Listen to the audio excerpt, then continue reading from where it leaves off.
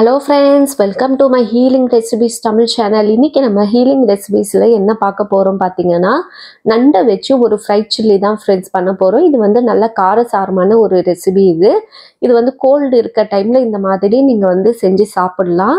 அது மட்டும் இல்லாம இது வந்து weight loss பண்ணனும்ன்றவங்களும் தாராளமா எடுத்துக்கலாம். நண்டு வந்து உங்களுக்கு weight lossக்கு ரொம்ப ஹெல்ப்ஃபுல்லா இருக்கும். அது மட்டும் இல்லாம ஜீரண பிரச்சனை இருக்கிறவங்களும் இதை எடுத்துக்கலாம். ஜீரண சக்தியை வந்து நமக்கு வந்து சரியான முறையில் இயக்குவதற்கு இது ரொம்ப ஹெல்ப்ஃபுல்லா இருக்கு. இதுல நிறைய புரோட்டீன் இருக்கிறதால நம்ம வந்து புரோட்டீன் தேவைப்படுறவங்க நண்டை வந்து அதிகமா எடுத்துக்கலாம். இதை வச்சு இதை எப்படி இன்னைக்கு இந்த ரெசிபி பண்ணலான்னு பார்க்கலாம் வாங்க. இப்போ வீடியோக்குள்ள போகலாம். ஃபர்ஸ்ட் நான் இன்னைக்கு நண்டு வந்து நல்லா க்ளீன் பண்ணி அந்த சைடில் இருக்க காலெல்லாம் தனியாக எடுத்து வச்சுட்டேன். அதை வச்சு ரசம் வச்சுக்கலாம், சூப்பு வைக்கலாம். நம்ம இப்போ சென்டர் போர்ஷனை மட்டும் நம்ம எடுத்துக்கலாம். இது நல்லா மஞ்சள் தூள் உப்பு போட்டு வாஷ் பண்ணி எடுத்திருக்கேன். இப்போ இதில் ஒரு 1/2 டீஸ்பூன் அளவுக்கு மஞ்சள் தூளும் தேவையான அளவுக்கு உப்பும் சேர்த்து நல்லா மிக்ஸ் பண்ணி விட்டுருங்க.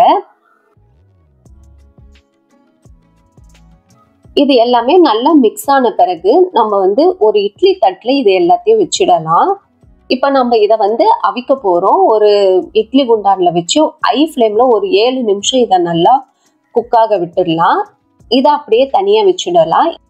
இப்ப இன்னொரு பேன்ல ஒரு 3ல இருந்து 4 டேபிள் ஸ்பூன் அளவுக்கு எண்ணெய் சேர்த்துக்குங்க. அது கூடவே 3 பூண்டை வந்து பொடியா கட் பண்ணி சேர்த்துக்கிட்டு ஒரு துண்டு இஞ்சியை வந்து பொடியா கட் பண்ணி சேர்த்துக்குங்க. அது கூடவே ஒரு 3 பச்சை மிளகாவையும் கீரி ஆட் பண்ணிக்கோங்க.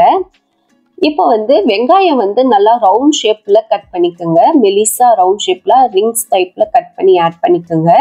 இது கூடவே ஒரு 5 சின்ன வெங்காயத்தையும் ஆட் பண்ணிட்டு நல்லா வதக்கிக்கலாம். இது வதங்கும் போதே கொடமிளகா கியூப் ஷேப்ல நீங்க கட் பண்ணி இதையும் ஆட் பண்ணி வதக்கிக்கோங்க. தேவையான அளவுக்கு உப்பு சேர்த்துக்குங்க.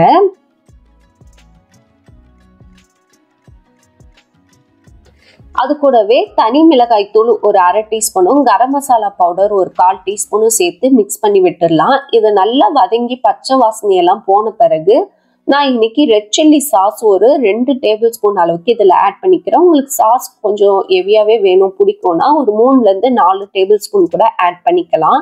இதை லோ ஃப்ளேம்ல ஒரு 2 நிமிஷத்துக்கு நல்லா மிக்ஸ் பண்ணி விட்டுருங்க.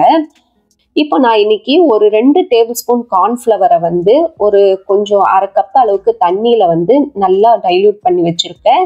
இப்போ இதை ஆட் பண்ணிட்டு மிக்ஸ் பண்ணிக்கலாம். உங்களுக்கு மிக்ஸ் பண்ணும்போது ரொம்ப திக்னஸ் அதிகமா இருக்குன்னா ஒரு 1/4 கப் அளவுக்கு தண்ணி கூட ஆட் பண்ணிட்டு இதை நல்லா மிக்ஸ் பண்ணி விட்டுருங்க. இப்போ நாம ஆல்ரெடி வந்து வேக வச்ச நண்டை வந்து இப்போ 2 துண்டா நான் கட் பண்ணி வச்சிருக்கேன். அதையும் சேர்த்து நல்லா மிக்ஸ் பண்ணி விடுங்க. ஒரு 5 நிமிஷத்துக்கு இது நல்லா மிக்ஸ் ஆகட்டும்.